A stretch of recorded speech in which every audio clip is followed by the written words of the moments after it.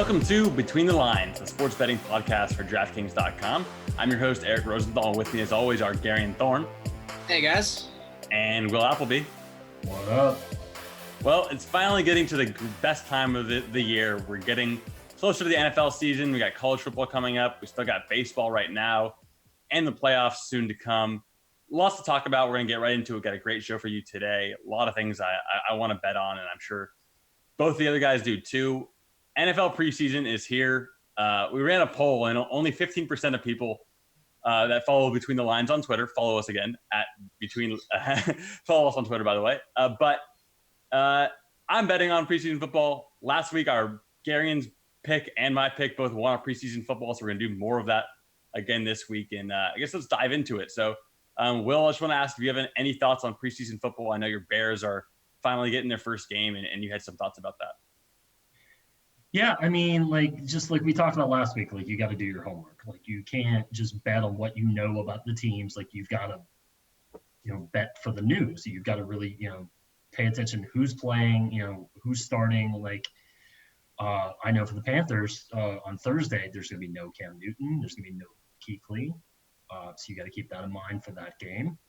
The Bears have a very deep wide receiver core, and guys like Javon Wims will be making noise against starters, and they'll be getting to go against backups. So there's things you've got to keep in mind for all of these games. And I'm excited to see, for the Bears, the bottom of the receiver depth chart is going to be a very tough battle with guys like Javon Wims and Riley Ridley and Marvin Hall. Somebody good is going to get cut. But I think that gives the Bears an opportunity. Chase Daniel had proven last preseason he could lead the offense. So I'm ready to see him do it again. I mean, he beat Patrick Mahomes last preseason. So I think he can handle the Panthers. But we'll see. Yeah.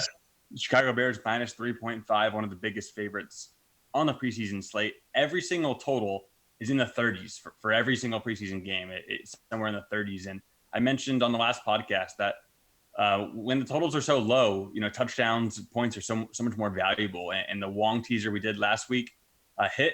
And I think a lot of those teasers are going to make a lot of sense this week. Bringing that total up into the 40s and taking a team that's like +2 or +1.5 up to +7.5 or 8, I think it's going to make a lot of people a lot of money this preseason. So I'm going to keep doing that till it stops working. Garion, any picks that you have at the preseason that you like?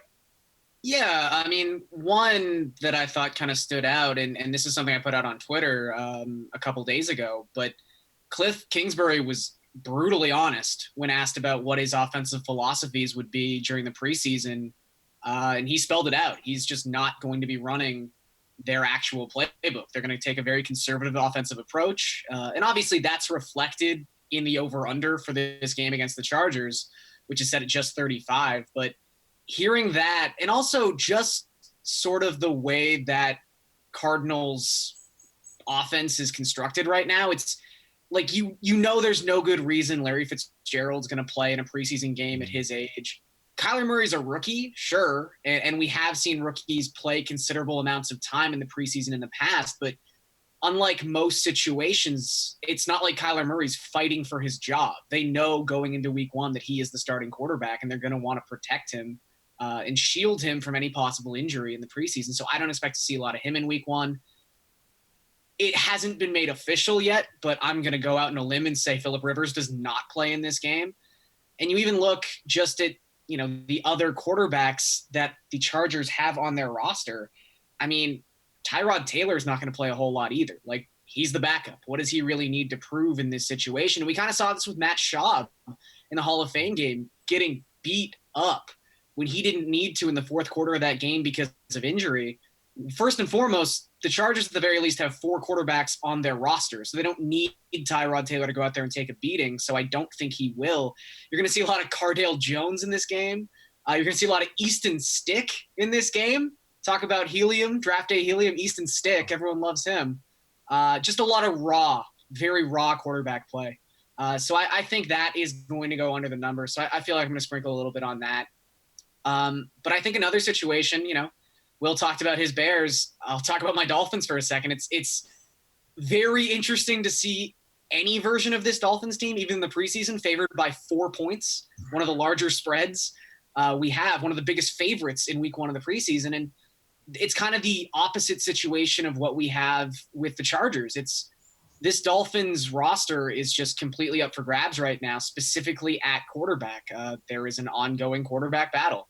And Ryan Fitzpatrick is going to start this preseason game, probably play a quarter, and then you might get even more time with Josh Rosen. And, say what you will about Josh Rosen, but those are at least 2 relatively competent preseason quarterbacks, I guess I'll say. But, it's reflected in the total that they think the Dolphins are going to put up points. And, Will's also talked to this point where you sometimes get these really bad teams have successful preseasons.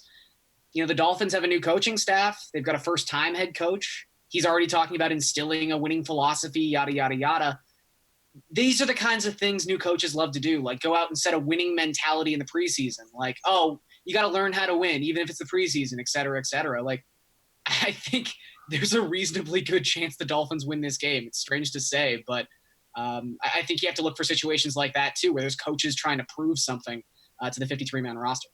Yeah, exactly. And we mentioned last week how the 0-16 Browns and the 0-16 Lions both went 4-0 in the preseason. Clearly, it doesn't matter, but a lot of these 5-0, I believe. 5-0. Yeah, that's a good point. You're right. You're right, Will. 5-0. But yeah, they want to have a winning mentality. And Garion, you hit on the point on both ways. Is when there's quarterback battles or coaches need to find out something. And with the Chargers, for instance, they know Phillip Rivers is the starter. There's no competition there. They know Tyrod Taylor is the backup. There's no competition. Like who's going to be the 2 versus who's going to be the 3, because that is a big deal for a lot of teams. Like who's going to be the backup quarterback this season? That does matter. But for the Chargers, it still matters, but there's no competition there. There's no wondering who it's going to be. We know it's going to be Tyrod Taylor. And shout out to Cardell Jones. Maybe if he's watching right now, unblock me on Twitter. That'd be nice if you could do that, Cardell. You made a joke about his tweet? Actually, I tweeted just a negative thing about him in like the first half of the game, and then during halftime he blocked me. So did you mention him? Sorry? Did you mention him? Like, did you add him or didn't add him, just said his name, and then during halftime, his name at halftime and blocked you. Wow. Yeah. So shout out to Cardell Jones for that one. Not here to play school. Yeah, but and then you mentioned with the Dolphins is there actually is a battle there for the starting quarterback position, Josh Rosen and Ryan Fitzpatrick. That's the kind of thing I look for in the preseason too, and to like betting on those teams. And maybe it's a first half bet because we know like the whole first half we're going to get Ryan Fitzpatrick and Josh Rosen offense. We know that they're going to be trying to score points, and hey, Fitzpatrick might throw a touchdown, he might throw a pick six. Both of those help the over if you're going there, but.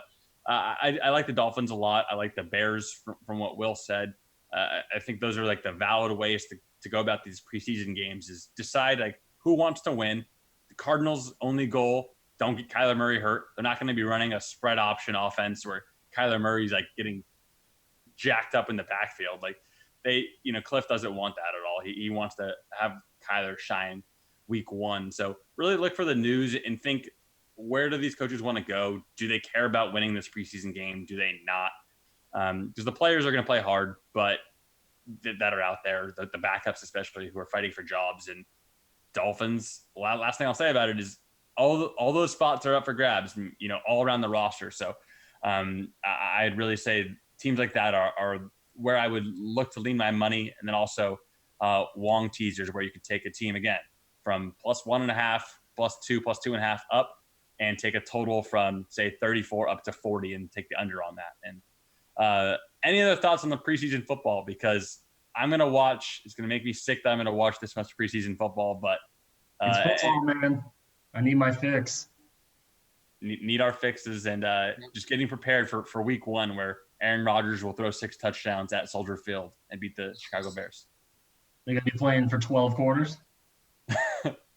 I think he's going to do it. I mean, we remember what happened last year, Will, do you? I know the Bears had a lead. I can't remember what happened after that. Yeah, I'm pretty sure he didn't throw 6 touchdown passes in one game. Yeah, he didn't need that to. in 2 games. He didn't need to. They came back and won. That's a great point you made right there, Will. Okay, to the regular season, so some win. For September, Eric's going to be paying hard. Just wait. We're going to have a lot of fun here in between the lines when the regular season rolls around. A lot of wagers. So I wanted to ask about my most interesting win total that's on the board. And you got the Browns tweeting all day and all night about Baker to OBJ. He's chugging beers. He's shotgunning them, biting right into it. The over-under is 9.5 wins for the Cleveland Browns. The over is plus 115, the under minus 139. I think it's the most interesting one on the board. I'm going to go to you, Will, first. Are you a believe land guy? Are you taking Baker to all of a sudden win 10 plus games? No, I think the hype is getting to them. Honestly, I mean, I think the under's favored for a reason. I think they can realistically go 9-7, and they've got the Ravens, they've got the Steelers. The Bengals might even give them a little bit of trouble, but I doubt it. But with the Ravens and the Steelers in the division, I don't see. I think there's going to be some rocky road to start out the season, and you know what happens to Beckham when things go bad. So I think it's going to be a little bit more up and down. And I think I can see them easily going 9-7, being right in the mix for a playoff spot, maybe just barely missing. And I think Cleveland's going to be upset about it, which is the craziest thing to me in the world, of the Browns going 9-7 and Cleveland not being happy with it. But I think they're being overhyped, and I think the books are trying to take advantage. I think 9.5 is pretty high for a while. Yeah, seems like everybody loves the Browns. Darren, what are your thoughts? Are you a believer in Baker and that whole crew? I think I am. I mean, again, I think if you asked me how many wins do I think the 2019 Browns will have, I, like Will, would say 9. But at the same time, if you're going to give me plus money at over 9.5 for something I feel pretty much on the fence about, I'm just going to lean towards the plus money. Like I was fully expecting this line to be highly bet to the over by the public. It seems like the Browns are just, I mean, for lack of a better term, America's team right now. Hard Knocks did them wonders last year. But yeah, the fact that it's plus money to go over this number. I mean, look, the AFC North is not an easy division, despite the fact I think the Bengals could finish with the fewest wins in the NFL. That's only one of the 4 teams. I like the Ravens over this year at 8.5. I think they're going to be very good. Pittsburgh is a little bit of a wild card, but they still obviously have a ton of talent. And, the organization's pedigree kind of speaks for itself. So, there's 4 hard games right there, not to mention the rest of their schedule. And the AFC might even be a little bit better than the NFC this year. Maybe better is not the right word. Maybe top heavy is kind of the right word. But there are some very reputable teams towards the top of the AFC. Like if you're starting to look at the Super Bowl odds, like the Philadelphia Eagles are the 3rd highest odds in the NFC to win the Super Bowl. That seems odd. Where there's conceivably 5 teams in the AFC that I could argue to myself that could make the Super Bowl. So it's not like it's going to be an easy path to 10 wins, but I definitely think they have the talent. I think defensively, maybe not enough people are talking about the weapons they have on defense and the potential they have on defense. I like this team. And again, at plus money, I'm going to take over 9.5 wins. Yeah, I think there's a case to be made there. And what I'd say about this, and you talked about it with the Twins and the Indians before, is when to bet the Twins, when to bet the Indians because of who they're going to play. 4 games up. Twinkies. There they are. Week 1. Week 1, the Browns are at home against the Titans. Week 2 is at the Jets. There's a very good chance they could quickly be 2-0. So I'd be hard pressed to bet under on the Browns before the season because I think you might be able to get at least one, and maybe 2 wins early there. And then but then look at the next 4 games. Exactly. This is what I was going to say is if you're going to buy into the Browns hype, if you're going to bet them to win the Super Bowl, if you're going to bet the over, take it now, take it before the season. Because then week 3 comes around, it's the Rams. Week 4 at the Ravens, at the 49ers. Then you get the Seahawks, and then at the Patriots. That could be bad times. And I'm always a buy low, sell high. Denver. I mean, Denver's going to be a difficult game for them, especially with Fangio coaching. They got Flacco can at least, he knows how to game manage a decent defense. Their schedule's not easy. Yeah, it's definitely not at all. But week 12 and week 10 to week 17, they got the Dolphins there twice. They got the Bills at home. They got the Cardinals. They got some easier games. So I think it's kind of a maybe buy low. The line might drop. I mean, this is probably a good time to wait and see if the line drops. Like if they start 3-4 or whatever, maybe it comes down. Yeah. But you could probably grab them like plus money to make the playoffs if they're 2-3 after 5 weeks. But yeah, I don't know. I still think it's such a foreign concept to say the Browns are good, but I think they're actually good. Yeah. The last thing I'd say is none of us think they're going to win 12, 13 games, right? No. There's almost no shot that's going to happen. But there is a very realistic chance the Browns just go 7-9. They are the Cleveland Browns. They could go 8-8. That's very realistic. I think we just won last year when everybody said this was their breakthrough. So yeah.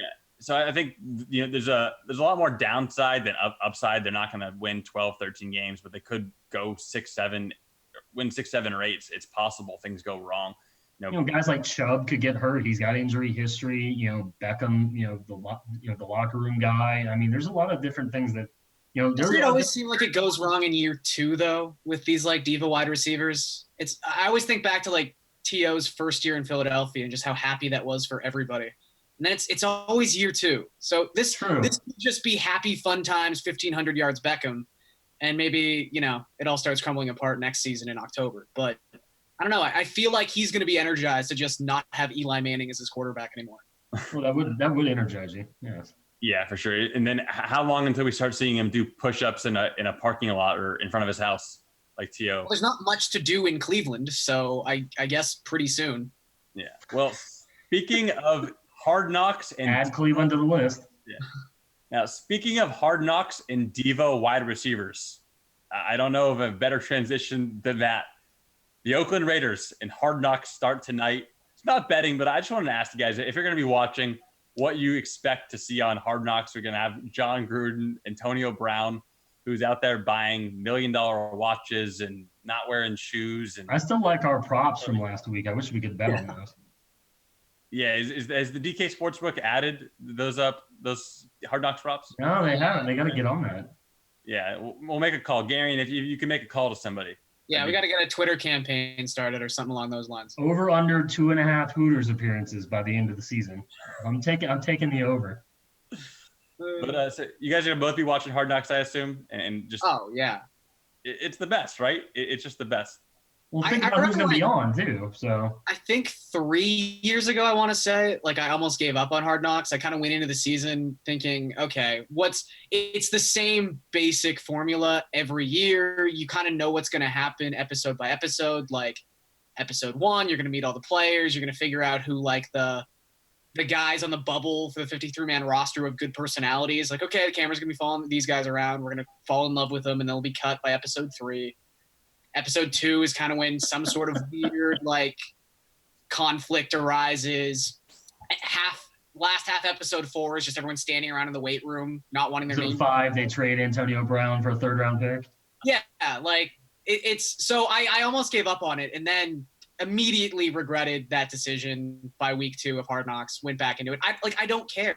I don't care how formulaic it is. Give me all of Liev Schreiber's weird voiceovers. Give me all of John Gruden mugging for the camera.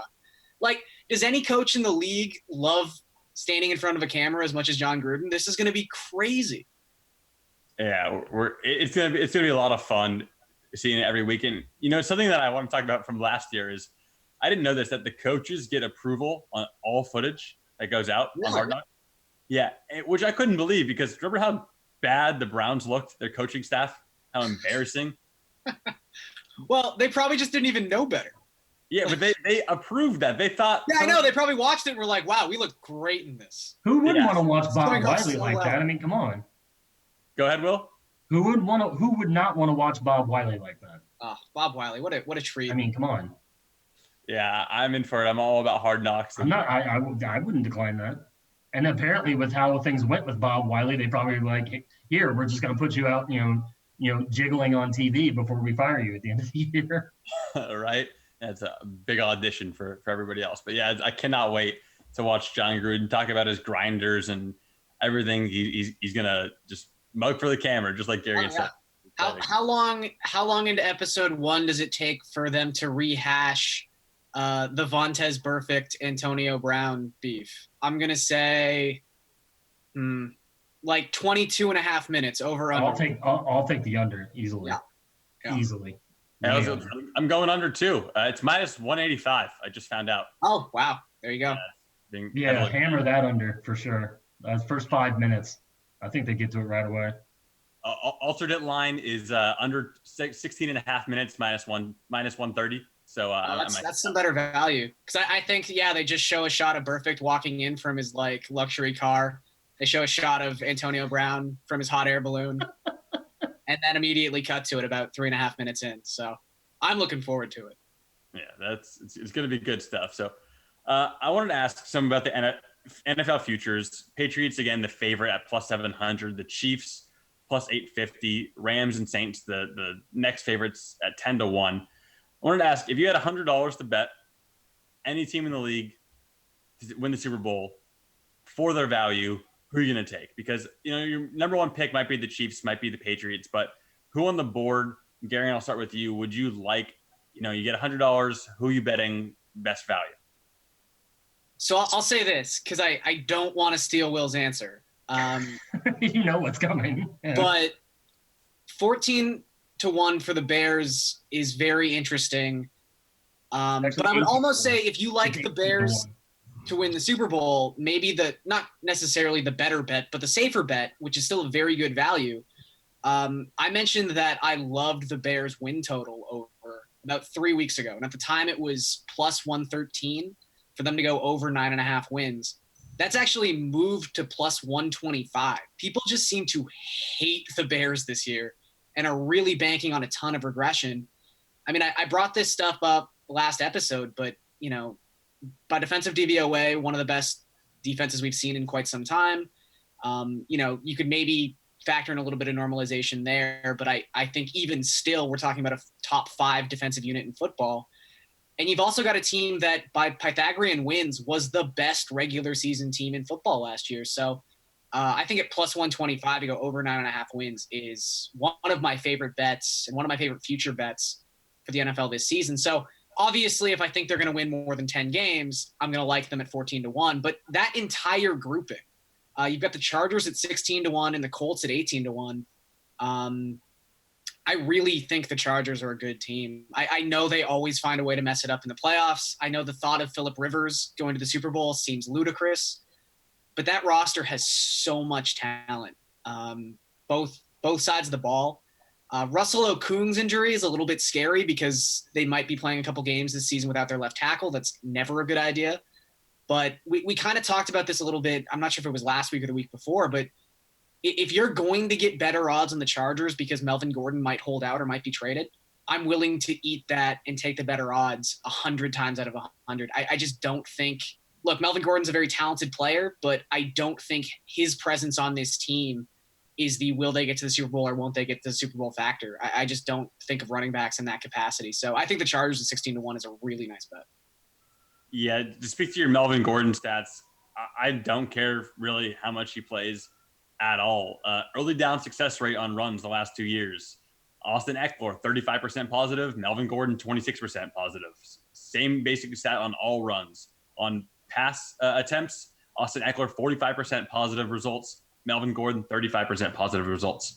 We went over it before, but in 2019 football, not 2000 football, it's not 1980s football, it's not even 2014 football anymore. It's similar to basketball, how like the three has revolutionized the game and teams shoot 53s a game now when they didn't 10 years ago. Passing is just so efficient because the rule changes and the way the game has moved that these running backs aren't, it doesn't even matter if they're good. They're being good at running is actually sometimes even negative because, like I said, teams want to give them the ball, want to run. So I don't really care about Melvin Gordon at all, but the Chargers will find a way to lose in the end. If I could hedge on my Chargers at some point, sure, I'm with you, Garion, but I really like the Falcons at 30-1. And the reason is, look, they blew that 28-3 lead against the Patriots, and everyone's forgot about them since. One play goes right, and they're Super Bowl champions, and everyone talks about how Matt Ryan's a Super Bowl MVP, and can he get back to his greatness, and blah, blah, blah, blah, blah. And I know they blew that lead, but literally one defensive play differently, they stopped the 2-point conversion, anything, and people have a totally different outlook on Matty Ice and that whole crew. They have 5 first-round picks on their offensive line. They have Matt Ryan at quarterback. They have Julio Jones, Calvin Ridley, and other weapons on offense. And you mentioned the Bears DVOA and their success on defense. From year to year, it's a lot easier to predict offensive success than defensive success. Even if you know the talent's there, just there's a lot more random variance on if defenders are going to do well. Are they going to get interceptions? Are they going to get fumble recoveries? You can't really predict that as strongly as you could predict offense. And I think the Falcons are going to have a much better offense than much people think.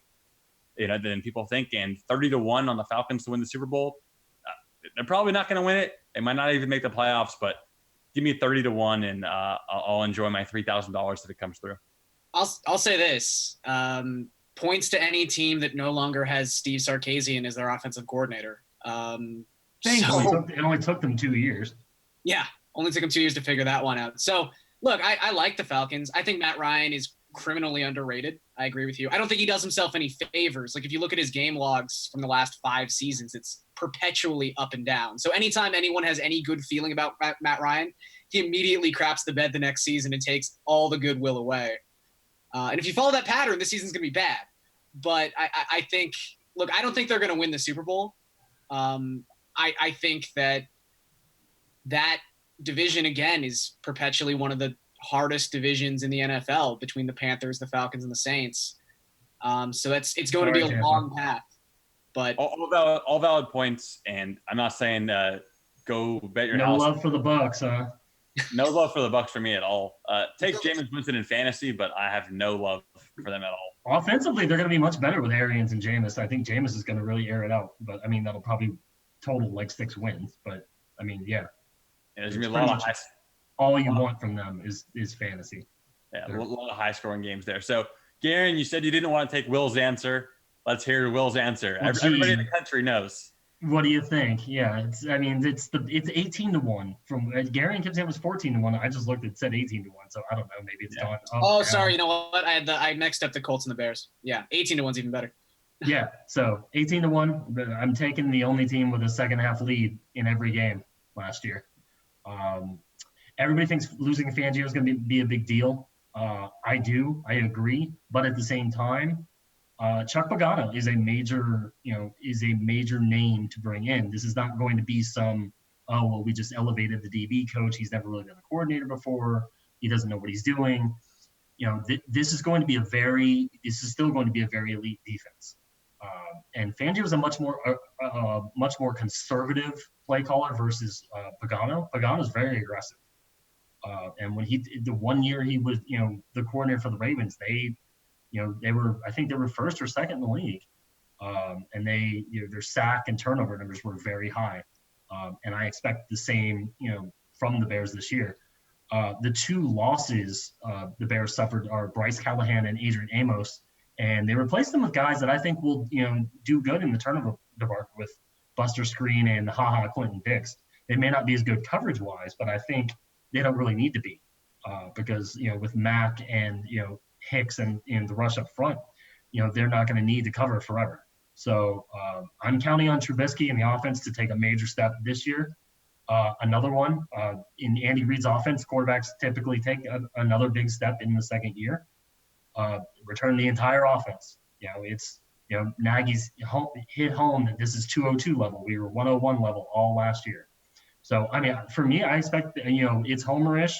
Yeah, but, for a team that led, in the second half of every game last year, never lost by more than 7, and returns almost every starter, especially every starter in offense, give me the Bears at 18-1. That's amazing, honestly. If I wasn't a Bears hater, I would have to agree with you. But look out for Clinton Dix to bite on the play action while they throw touchdowns over his head, and you tell me how he doesn't need to cover. And then when he picks off Rodgers to end the game, we'll see what happens. Yeah. Well, let me know. Like Eddie Jackson at the end of last year. You guys just enjoy your good teams, your good functional teams, okay? And just be happy with what you have. That's all I'm gonna say. Tank for Tua over there in Miami. Yeah, you're gonna have Tua in 2020. So they'll mess it up somehow. Hey. Yeah, probably.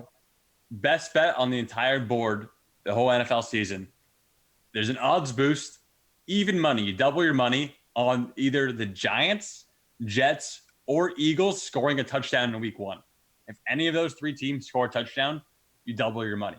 So I think that's probably one of the greatest bets of all time. I saw Will's confused face People who are, if you're listening on audio, he was shocked, and even on video, I think he wasn't on screen right there. We should say I believe there is a $10 limit to the bet you can place on that, but Yeah, still so you're very not- goodwill from the DK Sportsbook. But hey, I'm all in. I'm doubling by 10 to 20. That's a lock. But let's go to the NBA, and quickly, they have released the NBA Christmas Day lines. Just want to go through them real quick before we get to baseball. I know everyone wants to think they can bet on today, but quickly, there's 5 games. Everyone knows them. The Celtics are +3 at the Raptors. Rockets +1 at the Warriors. Clippers -1. They have to go on the road to the Lakers, but they are -1. The road. Yeah, long road trip there. The Bucks +3 at the Sixers, and the Pelicans +8.5 at the Nuggets. How did the Jazz not get a Christmas game? No one cares about the Jazz. Yeah, I don't know. That would be a tough one to sell. People didn't like Toronto being on the Christmas Day list. I can only imagine how Utah would have gotten the reaction going. Garion, what have they ever won in Toronto? I know Kawhi. Yeah, I know. Why are these damn Raptors playing on the opening night of the season? It's not like they have a trophy or a banner to give away or anything, because obviously Kawhi won the championship, so the Clippers are the reigning NBA champions. Everyone knows this. Yeah, why are those stupid Raptors playing on opening night? Although the best part about that, and I'm sure Will has already banked 15 to 20,000 tweets for NBA opening night, but this will not be the Raptors playing on opening night. This is Zion playing on opening night. They might even give him a ring. Just preemptively, like it's going to happen sooner. ESPN will try to. I wouldn't doubt it. Yeah, so Masai might as well just hand him a ring, anoint him into the NBA, and yeah, it'll be all good. But I don't know. I'm pumped for Christmas, and not just because the Raptors are playing, but the Knicks aren't playing. That's probably the best Christmas gift I've gotten. Like Knicks Wizards seems to be the 12 o'clock Eastern game every year. Like anyone wants to watch either of those two franchises. And every year the Knicks score 76 points and lose by 25. So I'm very, very happy I don't have to watch it. Yeah. The all power forward squad. Yeah. 5 good games on Christmas. The most interesting one to me is going to be the Rockets +1 at the Warriors. And I think Gary mentioned this to me before we went live, is everyone's going to set that date. Will Klay Thompson come back by Christmas? I'd be shocked if he does, because again, the Warriors. That's pretty early. Yeah, the Warriors don't care about the regular season. Aren't going to. They know when they went 73-9 how little the regular season matters. I've said it many times, but seeding, especially in the Western Conference, is going to be the most meaningless it's ever been. The Lakers could be the 2 seed. The Lakers could be the 7 seed. Same thing with the Clippers. If they rest Kawhi, Paul George has his injury. The Jazz that Will just mentioned could be the 1 seed by winning all their games, and everyone wants to play them in the playoffs instead of having to play LeBron and Anthony Davis. Like, who knows? I think it's all relevant. Just make the playoffs and see what happens after that. Will, does anything stick out to you Christmas Day? Well, the Knicks not playing. Gary brought that up. That sticks out. I can't believe the Jazz didn't get a game. I get it. TV market wise, that's especially with those fans, it's kind of hard to sell. But they're a very good team. I think they're going to be overlooked all year. You could have made it Nuggets Jazz. I mean, realistically, that's why. Yeah, that could have been the game. Yeah. If it wasn't for Zion, would have been the game. Yeah. I don't know. There's all the Drew Holiday stands out there who just want to watch him on Christmas. But you know what we need? We need flex scheduling like the NFL has later in the season. They kind of have it a little bit, not to the extent of the NFL, but they move stuff around sometimes. Not the Christmas games, but flex if Zion's hurt or something, flex the Pelicans at Christmas, put Will's Jazz in there. I will say I do like, it's weird to like a line 5 months in advance, but the Rockets +1 seems pretty tantalizing. Although the X factor no one's talking about is, like, how tired is PJ Tucker going to be from carrying the American national team all summer? Like, is he going to be able to kick it back up into high gear for the Rockets this season? So, I mean, that everyone wants to talk about the chemistry between Harden and Westbrook, but I mean, I think not enough people are talking about the PJ Tucker fatigue factor. So that's something to think about for the next 5 months. Yeah, I agree with that. And let me just bet on Russell Westbrook to have a triple-double on Christmas Day right now. because that's going to happen. He wants to show out for the crowd. You know he does. But yeah, he's going to come out pissed this year. I mean, I think he's going to come out pissed this year, especially after a summer of slander, and now he's with Harden and nobody thinks it's going to work. I think he's going to have a really good year. Yeah, give me the Rockets +1 at the Warriors, because we know the Rockets are going to care about that game a lot more and probably play their starters more, and Klay Thompson's not going to rush him back. So no. But let's not talk about lines at 5 months in advance. Let's talk about lines you could bet in the DK Sportsbook right now, and that is baseball today, right now. I have some picks I like a lot. Garion, I know you have a lot of picks you like. Will too. So I'm gonna let Garion you go first. We're gonna get talk baseball and move right into best bet segment. So what do you like on the slate tonight? Yeah, kind of got a little team total obsessive on tonight's slate. At least two that I really, really like. The Red Sox, I know they're reeling. I know they almost blew their first win in 9 games to the Royals on Monday. But their team total of 5.5, it's a high number. But if you want them to go over that number at -134 against Jacob Junis, I like that a lot. I think that the one element that Junis brings to the table is he's one of the highest slider usage rate pitchers in the entirety of baseball. He throws that pitch over 46% of the time. It is far and away his primary pitch. He throws it more than his fastball. The Red Sox this season, by Fangraphs weighted pitch metrics, are the second best slider hitting team in baseball, just behind the Astros. And to put that in perspective, the Astros and the Red Sox are like 3 times better at doing this than the third best team in baseball. They crush sliders. They've been doing it all season long. This game's at home. The Royals bullpen is bad. I think the Red Sox can get to 6 runs in this game. The other one I like, the Athletics against the Cubs and John Lester. Lester's been a little bit better lately. I know he got roughed up in his last start, but in general, he's been better since a rocky start to the season. But the Athletics are just one of the best left-handed hitting teams in all of baseball. They're third in isolated power against lefties at 220. They're fifth in weighted on base percentage at 341 against left-handed pitching. They also have the second lowest strikeout rate against left-handed pitching in all of baseball. So you've got one of the most powerful teams against lefty pitching that also doesn't strike out. It's a very rare combination. And the Cubs bullpen is also a huge question mark right now. Their FIP is up around 5 across the last 30 days, and they just lost Kimbrel. So I think if they don't get it off Lester, there's a good chance they get it off the Cubs bullpen at some point. So 4.5 is their team total. It's plus money if you want to take the over at +105. So I find that pretty enticing. Then we've got Connor Menez making his second career start at the major league level for the Giants tonight against Washington. That in and of itself is a big red flag. Washington has crushed left-handed pitching, sort of akin to the Athletics all season long. But the prop I'm kind of zeroed in on is 4.5 strikeouts for Menez. To be fair, this is someone who has put up very good strikeout totals throughout the minors. In his one prior major league start, he struck out 6 guys over 5 innings. So he has the potential to get to this number. But across the last 30 days, the Nationals have the lowest strikeout rate of any team in baseball. For the entirety of the season, they are one of only 7 teams to have a strikeout rate below 21% against left-handed pitching. There's a shot that Menez doesn't even pitch into like the 3rd or the 4th inning in this game. So I'm going to take the under on that one, which is also plus money at +115. And the last one I'm really into, and Eric had a tweet about how magical the Dodgers are this season. The Dodgers don't lose at home.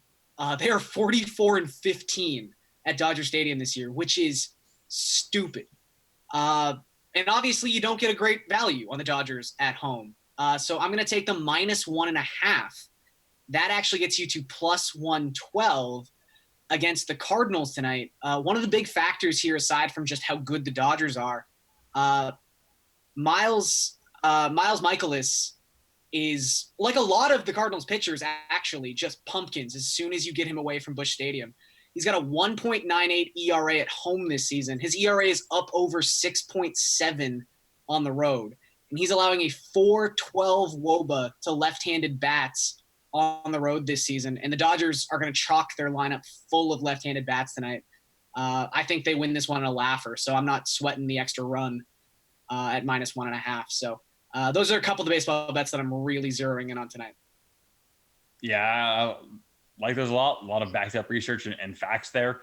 So, hey, I'm totally in with those. I've got just 3 bets I'm going to go with today because I'm pretty confident in the ones I like. I really like the Twins at home today.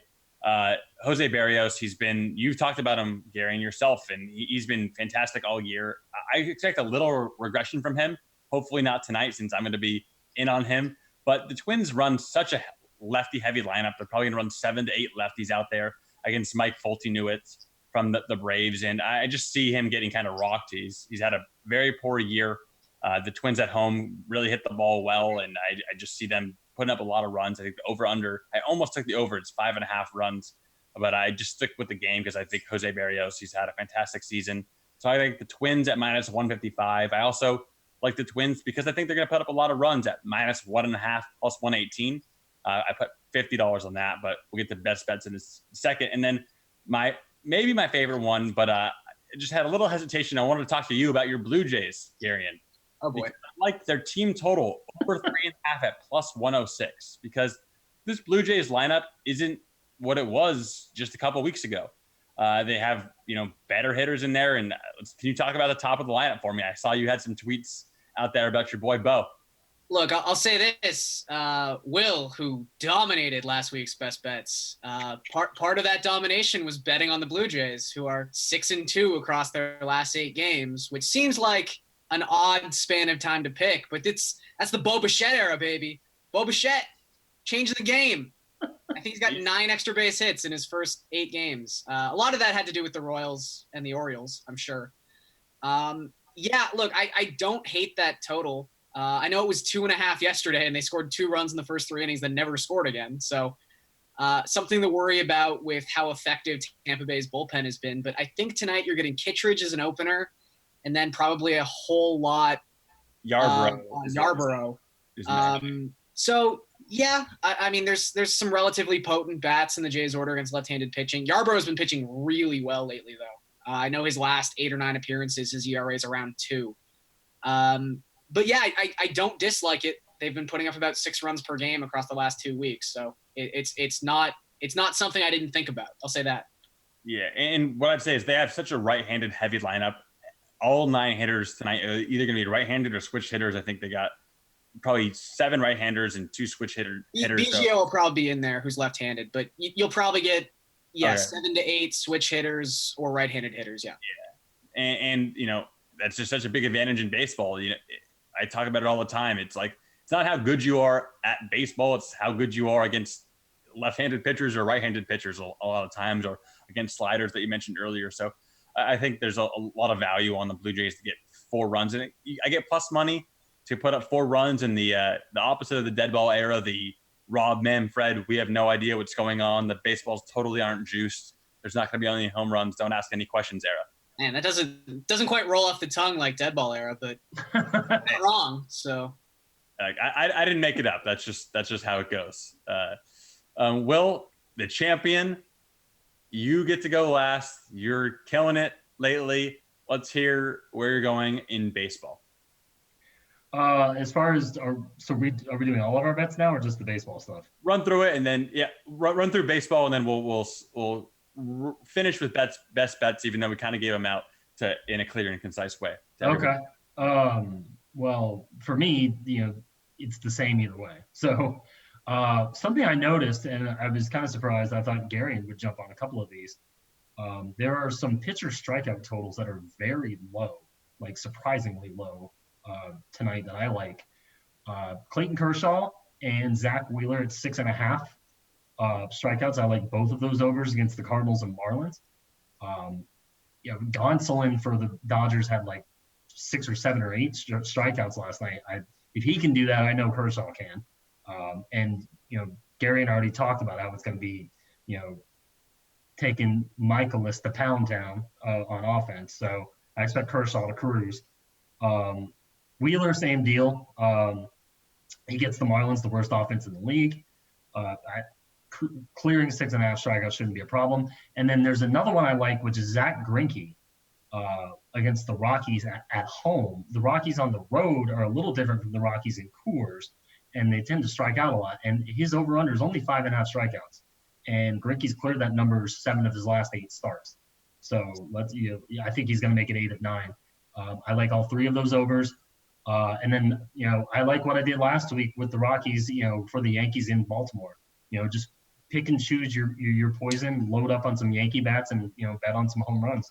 You should get 1 or 2 or 3 to hit, because they were 5 or 6. 4 or 5 with the Yankees and the Baltimore bullpen. So yeah, yesterday it was homer after homer after homer for the Yankees yesterday, and people you barely heard of are hitting home runs, pinch hit guys. Mike Toshman, man, can't be stopped. Can only hope to contain him. Yeah, I think I might be able to hit a couple home runs against the Orioles bullpen. They just have no. Why don't they have like one guy who's like an average major league guy? Like you don't have. It's tough. I think this streak broke over the weekend, but at one point their starters had allowed multiple home runs in 6 consecutive games, and their starters don't pitch deep into games. So it's unbelievable. I guess it's just tanking without saying it. It's got to be part of it. They're clearly tanking, and the Yankees are an awesome team that they're wanting to win. Before we go on to best bets, I did want to say some big news. It's been 1 year as of today that DraftKings started accepting bets in their sports books. So nice. DK Sportsbook is 1-year-old today. Happy birthday to the DK Sportsbook. Happy birthday to everybody who's a big part of making the DraftKings Sportsbook happen and getting better and better. And now we got every odds that you can think of, from a million people to hit a home run to Christmas Day games.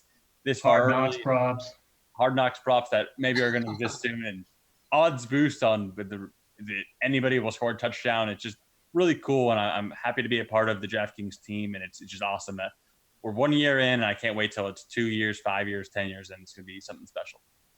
All right, best bet segment. We kind of went over it, but we're going to make it easier for y'all. I'm going to do it mine first because it's simple, it's easy. $250 on the Twins minus 155, $50 on the Twins minus 1.5 plus 118, and $200 on the Blue Jays team total over 3.5 plus 106. I already kind of gave my reasoning for all 3 of those, so I'm going to just move on right over to Garion and let him give his best bets out. Man, I feel bad. I haven't bet on the Blue Jays once, and I'm going out of my way to not bet on the Dolphins either. I'm going to do 125 on my Dodgers at minus 1.5. I'm going to do another 125 on the Red Sox team total at 5.5. I'm going to put 100 on the Athletics team total to go over at 4.5. I'm going to put another 100 on Connor Menez to go under 4.5 strikeouts against the Nationals. And then I'm going to put $50 on the Arizona Cardinals and Los Angeles Chargers to go under 35 points. Again, I do also like the Dolphins minus 4, but I can't bring myself to do it. So let's do a NFL Week 1 preseason under for $50. NFL Week 1 preseason under. I wish I kind of want to amend my stuff and just go all in on Josh Rosen and Ryan Fitzpatrick to win the game. But yeah, what's Josh Rosen's yardage over under? Like 72.5 yards? Over Josh Rosen yards in Week 1. I love it. And he gets 73. You're winning. Shout out to my boy Josh Rosen, who I'm a big fan of. Will, the champion, he's back, better than ever. Let's hear it again. Let's do it. All right. Well, we just went through this, so we'll do it again. Clayton Kershaw, Zach Wheeler, and Zach Greinke, both 2 Zachs. The Zach squad, I put $100 on all 3 of them. Kershaw to go over 6.5 strikeouts at minus 120. Wheeler to go over 6.5 strikeouts at minus 162. And Greinke to go over 5.5 strikeouts at minus 141. And then I'm loading up on Yankees like I did last week with the Rockies. Give me $50 on Judge at plus 200 to hit a home run. LeMahieu at plus 500 to hit a home run. I think that's probably the best value of all of them. He's not much of a power hitter, but it's the Baltimore bullpen. It doesn't take much. Granted, they have a pretty decent starter going, but you just heard the stat Garion gave about their starters. $50 on Torres at plus 275, and $50 on Didi Gregorius also at plus 275. All 4 of those, just to hit a home run. I was gonna do a home run and team to win, but at the same time, I don't trust the Yankees pitching either. So I'm gonna stick with the home runs, and won't get quite as good odds, but I like my chances of getting 1 or 2 home runs out of that match. Yeah, it makes a lot of sense there, and like I said, you could probably hit all of them. I think we had a great show today. I'm excited. We got baseball, preseason football. I'm going to be watching way too much preseason football. I'm going to be analyzing. It's the second best show anyone watches behind Hard Knocks episode 1. The third best show behind Hard Knocks episode 1 and Between the Lines as well. Don't forget about that, Gary. But I'm excited. Will, any last thoughts? We should have bought a birthday cake. That's my last thoughts. I think we dropped the ball there. We messed up that, but we'll We do that gotta for get a birthday cake next year. August 6th, 2020. We'll do a birthday cake for year 2, and it's been cool to be a Do part an of episode from Chuck E. Cheese. We'll do a DraftKings birthday party. It's been fun to be part of the team. Head over to the DK Sportsbook, test out whatever you like to bet on, and there's infinity props, basically infinity bets that you can make tonight and for the future. So if you're going NFL, go under. Go in NFL, go under, hit those Wong teasers I said, and get on to Garion's bets. And he loves Ryan Fitzpatrick and Josh Rosen. So Yeah, for can't stop talking about how much I love him. Yep. For Garion Thorne and Will Appleby, I'm Eric Rosendahl, and we just went Between the Lines.